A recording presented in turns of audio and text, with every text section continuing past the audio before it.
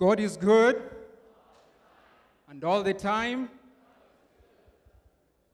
Waziri Dr. Matiangi, Ambassador Gasheru, Dr. Noah, our guests, my fellow citizens, and brothers and sisters in the Dallas-Fort Worth community, Hamjambo.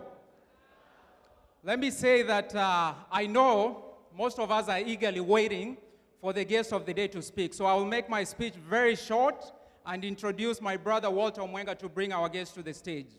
Let me first of all say that the first thing I'll speak about is the diaspora. Waziri, the people that you see here today, they form just a small percentage of our diaspora. The people that you see here today are sons and daughters of the country of Kenya. Many years ago, each of the people seated here packed their bags, not knowing where they're going.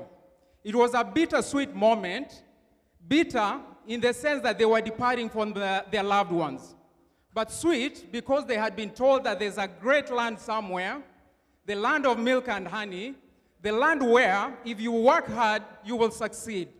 The land where it does not matter what your last name. Even if your last name is Mosomi, if you work hard and dedicate yourself, you have a chance to actually make it.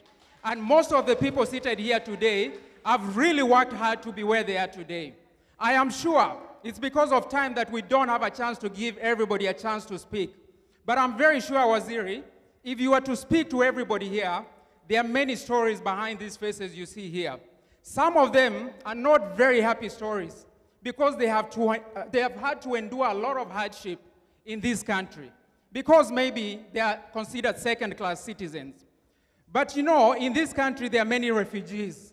We have refugees that run away from their country because of war. But thank God that our country of Kenya, we have been blessed to have peace for a long time. So I want to believe that the refugees that we have here today are economic refugees. Many of us came here. I came at the age of 19. I'm now 47 years old. I've been in this country for 27 good years. My intention of coming to this country was to come and get an education and go back to my home to build my home. And that is the story of the most people here.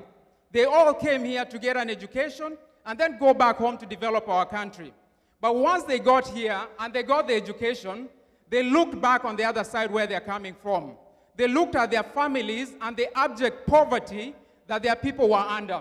And maybe somebody here was told, no, my son, by a father or mother, do not come back home. We need you there. Because you have siblings here who need you to fund their education so that maybe one day they can also take a flight and come and join you.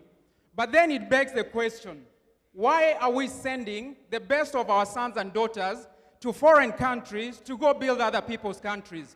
What is wrong with us? Now, Waziri, I also want to tell you that most of these people are very successful. Among us today, we have engineers like Dr. Dan Atambo, who represents TechScan. There are nurses here. Most of our sisters tend to be in that field. Hardworking people. I can assure you that most of these people, their employers love them because of the culture and the work ethic that they carry to their workplaces. At any point, if two people applied for a job, one is from another African country and one is a Kenyan, most often the Kenyan will be picked. That is to show that in the core, we're very good people. The only reason why we are stuck here is because we lack opportunity. So let me say that the sons and daughters you see here may not have a chance here today to speak. And I consider myself privileged to speak on their behalf. One day we'll open an email where all of them can maybe write a paragraph about their story. And we will share those emails to you so that when you're bored or when you have a day off, just read one or two to see what these people have gone through. I am sure you may shed a tear when you read some of those stories. What I'm saying, Waziri, is that all the talent that we're shipping out of the country is enough to make Kenya move from a third world country to a first world country. The same way, let me say, we do not need to reinvent the wheel. Waziri, I ordered a book for you about the story of Singapore. How the leader of Singapore took it upon himself to turn around the fortunes of that country. That country was a third world country just like Kenya. But today, as I speak to you here today, it is the fourth largest GDP in the world. I believe that Kenya has the ability and the people to do it. Some of them are right here, Waziri. The next point I'll make is about the silent majority. There are many people here, even if I gave them this microphone to come and speak here, because of fear or intimidation, they may not be able to speak, but I believe they have something to say. I want us to know that the silent majority was propagated by Richard Nixon, the 37th president of the United States. He did that during the Vietnam War and to promote his policies because he believed that there were many people who were supporting his policies, but those people will not go on the streets to shout. And I have known you for just maybe a little over 2 months, besides seeing you on TV. And Waziri, one thing I've noted about you, there are many things I've noted, but one that stands out, you do not like to shout. You do not like to speak too much. You prefer your action to speak for you. And those are the types of leaders we are looking for. Last but not least, the foundation is the most important part of any building. The foundation is the most important part of any building. If we build a good foundation, we will have a good house.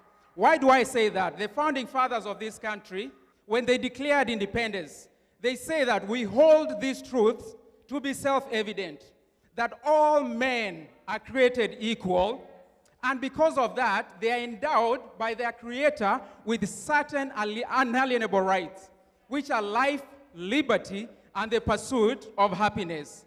And because of that, men come together to form a government so that the government may be able to protect those very rights. And whenever a government goes against those rights, the people have the sovereign power by the Creator, because those rights are given by the Creator, to come together and reassess the current government. And if it is found wanting, they have the divine right to come together and say, no, we do not like the direction you're taking us. We are going to constitute a new government. And that is why we're here today, Waziri, because we feel that our nation is not headed in the right direction. We are looking for a leader who can turn the page and give us a new trajectory. And I believe that everybody who's here today wants to read the newspapers for once and feel that, yes, I have a home, a country that I'm proud of. Some of the leaders at home, they say that we have the 6th largest economy in Africa. But to the mother or father in the village who can't pay school fees for his child, for the man who bought a matatu, but because of bad roads, the matatu does not last. But for the boy who finished college and cannot find a job, it does not matter what number in Africa we stand. Because we know we can go from 6th to 1st, and we can join the rest of the developed world if we have good leadership. Let me not speak too much, because I know even our founding fathers, they say that our goal was to eliminate poverty, ignorance, and diseases. Poverty talks about education. Poverty talks about the economy of the country. Ignorance talks about education. And the ending of diseases talks about health.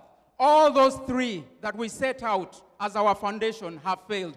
All because the foundation is good, but it has some cracks. We need somebody to go and fix those cracks. We need a Mr. Fix-It to go fix those cracks. And I believe that today, among us today, I will not say his name. We do have a fixer in the house. We have seen him do it before. He's going to do it again, because you and I are going to support him, not for ourselves, but for future generations. Somebody once said that we have to plant trees whose shade we may never sit on.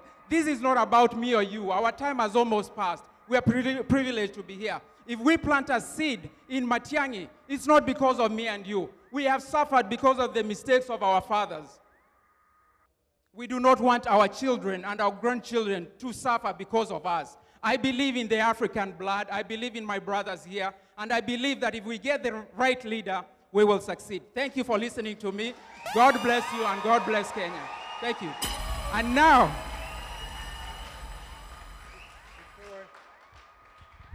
before you call Balozi,